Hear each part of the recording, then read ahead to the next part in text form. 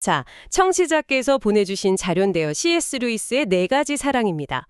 저희가 보통 사랑이라고 하면 그냥 단어 하나잖아요. 근데 이 안에 얼마나 많은 감정과 관계가 담겨 있는지 오늘 그 속을 한번 제대로 파고 들어가 보려고 합니다. 보통 사랑하면 뭔가 좀 낭만적이거나 아니면 따뜻한 한 가지 이미지를 떠올리게 되는데 루이스는 그게 그렇게 간단하지 않다고 봤다면서요. 네, 맞습니다. 루이스는 우리가 그냥 사랑이라고 뭉뚱그려서 부르는 그 감정의 결을 정말 하나하나 세밀하게 나눠서 보여주려고 했죠. 그 시작점이 아주 흥미로운데요. 모든 사랑을 딱 두 가지 기본 형태로 먼저 구분을 합니다. 바로 베푸는 사랑, 원문으로는 gift love 하고요. 베푸는 사랑, 네, 그리고 필요의 사랑, 즉 need love입니다. 베푸는 사랑과 필요의 사랑이라. 단어만 들어도 느낌이 딱 오네요. 베푸는 사랑은 뭐랄까 자녀를 위해서 모든 걸 내어주는 부모님 사랑 같은 정말 아낌없이 주는 나무 같은 이미지고요. 그렇죠. 반면에 필요의 사랑은 이건 좀 그렇죠. 뭔가 이기적인 느낌이랄까? 외로울 때 누군가를 찾고 힘들 때 기댈 것을 원하는 그런 거잖아요. 네네. 솔직히 처음 들었을 땐 베푸는 사랑이 훨씬 더 고귀하고 이게 진짜 사랑에 가까운 거 아닌가 이런 생각이 드네요. 대부분 그렇게 생각하기 쉽죠. 사실 루이스 자신도 처음엔 그랬으니까요. 신의 속성을 닮은 베푸는 사랑이야말로 진짜 사랑이고 이 인간적인 필요의 사랑은 그냥 이기심의 다른 이름일 뿐이다. 이렇게 생각했던 거죠. 아, 루이스 본인도요? 네. 하지만 그는 곧 이 구분이 생각보다 훨씬 복잡하고 필요의 사랑을 섣불리 무시해서는 안 된다는 걸 깨닫게 됩니다. 바로 이 지점이 루이스의 통찰이 빛을 발하는 시작점인 거죠. 흥미로운데요. 모두가 약간 열등하다고 생각하는 그 필요의 사랑에 뭔가 특별한 게 숨어 있다는 거군요. 그렇습니다. 오늘 저희가 함께 파헤쳐볼 핵심이 바로 그겁니다. 필요의 사랑이 어떻게 인간 본성의 중요한 일부이자 또 신에게 다가가는 놀라운 통로가 되는지, 그리고 반대로 모든 자연적인 사랑이 그 자체로 완벽하다고 착각하는 순간 어떻게 스스로를 신의 자리에 올려놓고 파괴적인 악마로 변해버리는지, 그 아슬아슬한 경계선을 한번 따라가 보겠습니다. 루이스가 필요의 사랑을 다시 보게 된 계기가 있었을 것 같은데요. 그냥 이기적이라고 치부해버릴 수도 있었을 텐데 왜 그 생각을 바꾸게 된 건가요? 크게 한 세 가지 이유를 듭니다. 첫째는 아주 단순해요. 언어 그 자체 때문이었습니다. 언어요? 네, 수천 년 동안 인류는 예를 들어 아이가 엄마를 필요로 하는 그 마음을 사랑이라고 불러왔잖아요. 언어라는 게 오랜 세월 축적된 인류의 경험과 지혜가 담긴 것인데 그걸 단순히 아니야, 그건 틀렸어 라고 무시할 수는 없었던 거죠. 하긴 그러네요. 우리가 쓰는 말 속에 이미 답이 있다는 거군요. 그럼 두 번째 이유는 뭔가요? 두 번째는 필요의 사랑을 단순한 이기심으로 보는 게 오히려 인간에 대한 오해일 수 있다는 점이었습니다. 한번 생각해 보세요. 엄마 품을 파고드는 아이를 보고 저 녀석 참 이기적이네 이렇게 말하는 사람은 없잖아요. 없죠, 당연히. 오히려 아무에게도 기댈 줄 모르고 타인의 위로나 도움이 전혀 필요 없다고 말하는 사람이 있다면 우리는 그 사람을 독립적이라고 칭찬하기보다 좀 차갑고 오만한 사람이라고 느낄 가능성이 높죠. 즉, 인간에게 이 필요라는 건 아주 자연스러운 본성이고 이걸 느끼지 못하는 것이야말로 냉정한 자기중심주의의 징표일 수 있다는 겁니다. 언어의 지혜, 그리고 인간 본성. 이 두 가지는 이해가 갑니다. 그런데 루이스가 필요의 사랑을 무시할 수 없었던 결정적인 이유가 또 있었다고요? 그게 뭐였나요? 바로 신을 향한 인간의 사랑이었습니다. 아, 생각해 보세요. 우리가 신에게 기도할 때 보통은 무언가를 주기 위해서가 아니라 무언가 필요해서 찾게 되잖아요. 용서, 위로, 도움, 이 모든 게 다 필요해서 비롯되죠. 루이스는 이 지점에서 정말 엄청난 역설과 마주하게 된 겁니다. 어떤 역설이죠? 인간은 부족하고 결핍투성이인 존재로서 모든 것을 가진 완전한 신과는 가장 닮지 않은 상태에 놓여 있어요. 하지만 바로 그 부족함, 그 필요 때문에 신을 찾고 도움을 청하는 바로 그 순간에 역설적으로 신에게 가장 가까이 다가간다는 사실을 깨달은 거죠. 와, 그건 정말 생각지도 못한 관점이네요. 가장 신과 닮지 않은 모습, 즉 필요를 통해서 가장 신에게 가까이 다가간다. 이건 거의 수수께끼 같은데요? 그래서 루이스가 정말 기가 막힌 비유로 하나 듭니다. 바로 산골 마을 비유인데요. 산골 마을이요. 네, 걸신이었던 높은 절벽 위에서 바로 아래에 있는 산골 마을을 내려다보고 있다고 한번 상상해 보세요.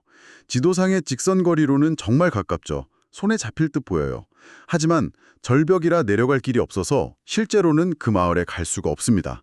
오히려 그 마을로 가기 위해서 5마일을 빙 돌아가는 그 길 위에 서 있을 때 지도상의 거리는 훨씬 멀어졌지만 실제로는 따뜻한 목욕과 저녁 식사가 있는 집에 훨씬 더 가까워진 상태라는 거죠. 와, 그 비유는 정말 무릎을 탁 치게 만드네요.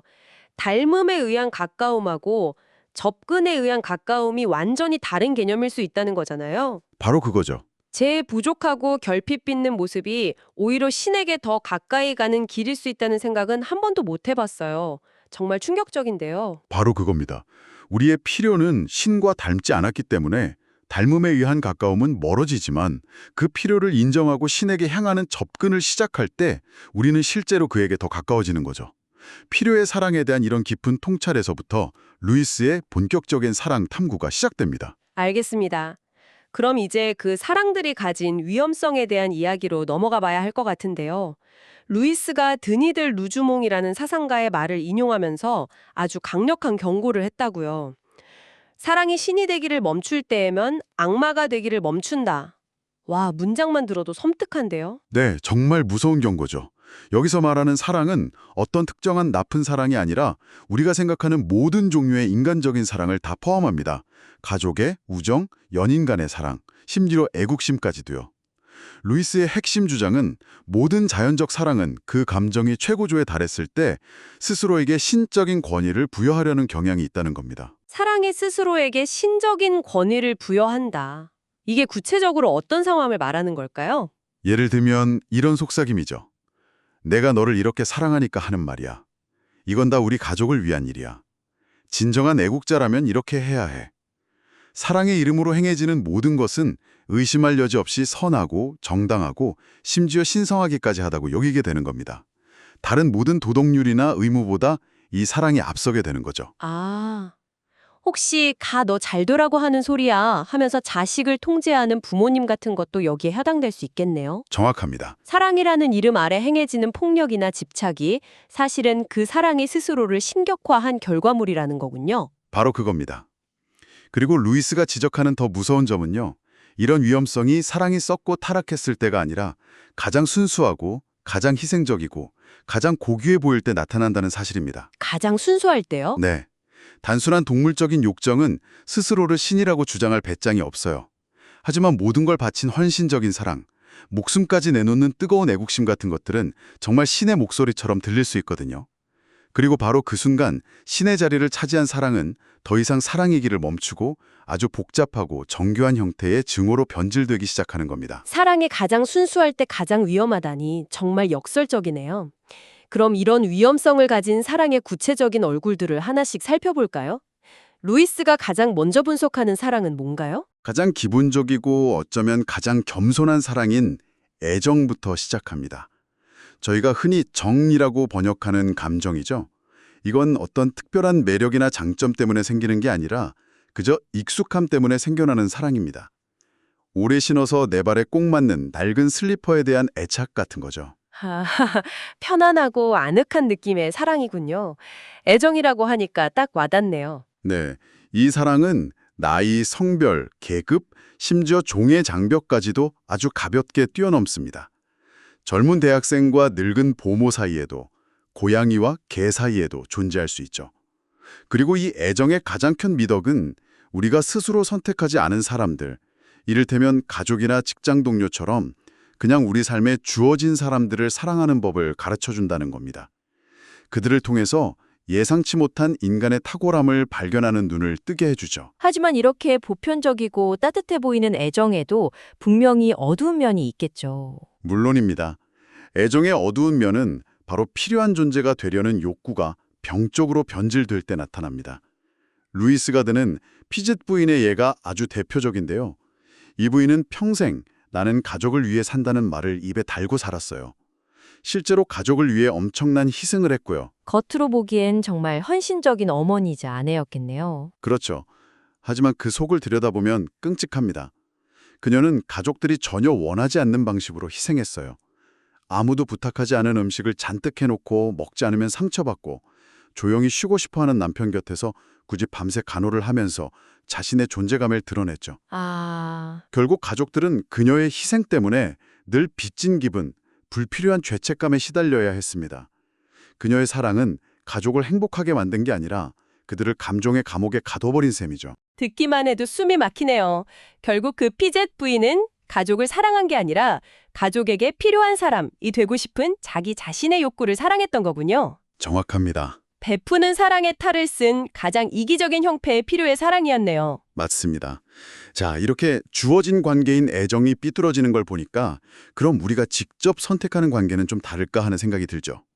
루이스는 다음으로 우정, 필리아에 대해 이야기합니다. 우정이요? 루이스는 우정을 아주 특별하게 봤다고 들었어요.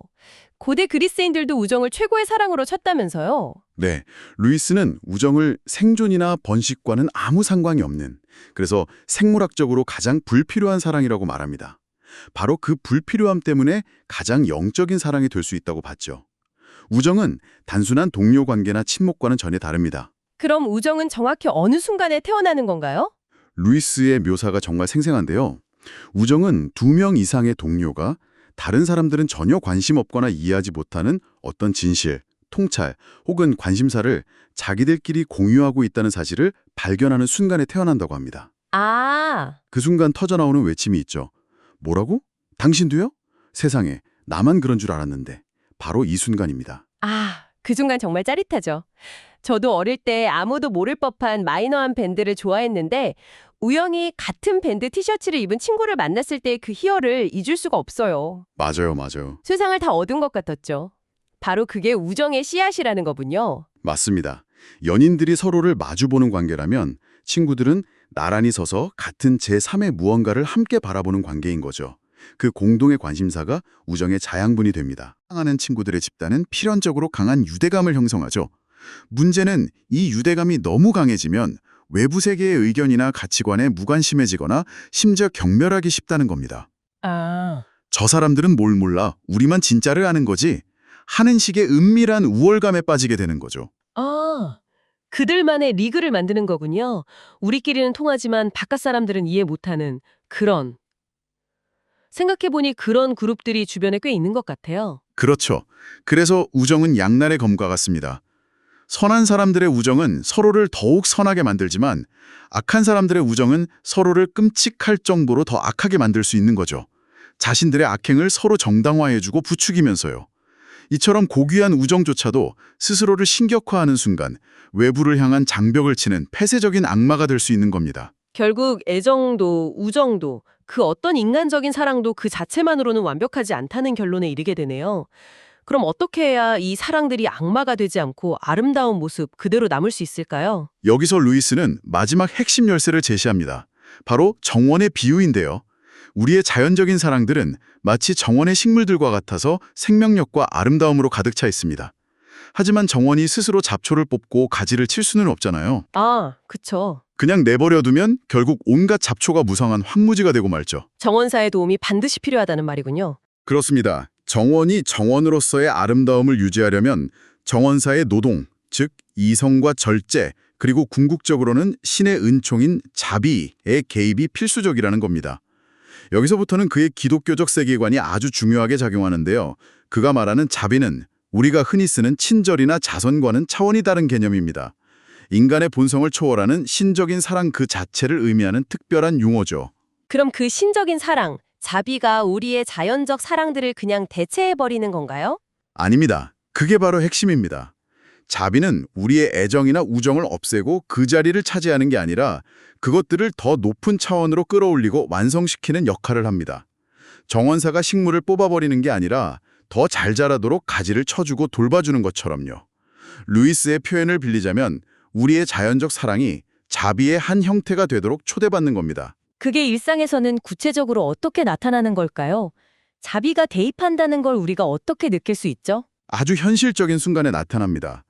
바로 우리의 자연적 사랑에 내재된 마찰과 갈등을 통해서죠.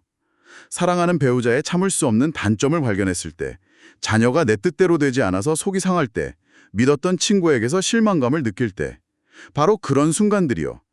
자연적인 애정이나 우정만으로는 도저히 그 관계를 이어가기 힘든 그 순간에 우리는 인내하고 용서하고 이해하라는 부름을 받게 됩니다. 바로 그 부름에 응답하는 것이 자연적 사랑이 자비의 차원으로 승화되는 과정이라는 거죠. 아, 결국 사랑의 위기의 순간이 오히려 그 사랑이 한 단계 더 성장할 수 있는 기회라는 거군요. 그냥 본능적인 애정만으로는 넘어설 수 없는 벽을 더 높은 차원의 사랑의 힘을 빌려서 넘어서는 거네요. 정확합니다. 우리의 본능, 욕구, 심지어 즐거움까지도 서로를 용서하고 위로하는 자비의 통로가 될 수 있다는 것이 루이스가 주는 마지막 희망의 메시지입니다. 오늘은 C.S. 루이스와 함께 사랑의 여러 얼굴을 정말 깊이 있게 탐험해 보았습니다. 베푸는 사랑과 필요의 사랑이라는 기본 개념부터 시작해서 애정과 우정이 가진 빛과 그림자, 그리고 모든 자연적 사랑이 스스로를 신격화할 때 얼마나 위험해질 수 있는지 생생하게 느낄 수 있었네요. 루이스의 핵심 메시지를 한 문장으로 요약하자면 이 모든 아름답고도 위험한 자연적 사랑들이 신성한 사랑인 자비 안에서 다듬어지고 완성될 때 비로소 진정한 모습을 찾고 영원한 가치를 지니게 된다는 것이겠죠. 청취자께서도 이 지점에서 한 가지 질문을 스스로에게 던져보시면 어떨까 합니다. 루이스는 자연적 사랑이 천상의 삶으로 들어가기 위해서는 이 땅에서 일종의 죽음을 겪어야 한다고 말합니다.